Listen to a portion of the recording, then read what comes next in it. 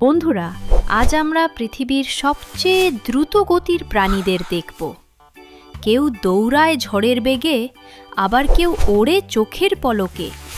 তাহলে চলো তাদের অবিশ্বাস্য গতি সম্পর্কে জানি। এটা হলো চিতা। চিতাকে ইংরেজিতে বলে চিতা। এর শরীর মাত্র 3 সেকেন্ডেই 0 থেকে 100 কিলোমিটার গতি তুলতে পারে। এটা হলো পেরেগ্রিন বাজ। একে ইংরেজিতে বলে পেরেগ্রিন ফ্যালকন।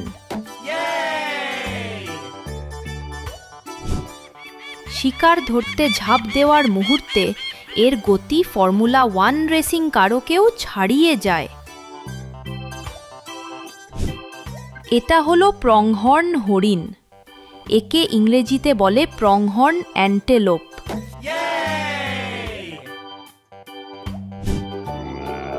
বড় হৃৎপিণ্ড ও ফুসফুসের কারণে এটি দীর্ঘ সময় দ্রুত দৌড়াতে পারে আর সহজে ক্লান্ত হয় না। এটা হলো সেলফিশ। সেলফিশকে ইংরেজিতে বলে সেলফিশ।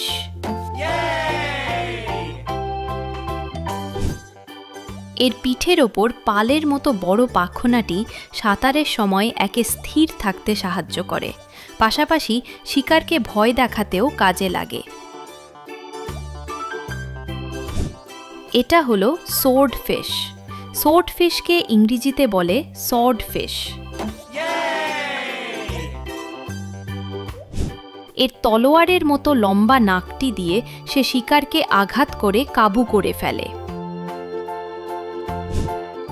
এটা হলো সিংহ। সিংহকে ইংরেজিতে বলে লায়ন। সিংহ খুব দূর পর্যন্ত দৌড়াতে পারে না, তাই সে শিকারের একেবারে কাছে গিয়ে হঠাৎ আক্রমণ করে। এটা হলো ঘোড়া। ঘোড়াকে ইংরেজিতে বলে হর্স।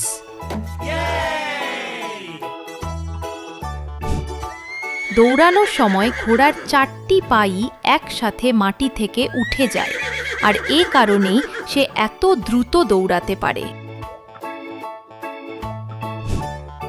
এটা হলো উট পাখি। একে ইংরেজিতে বলে অস্ট্রিচ।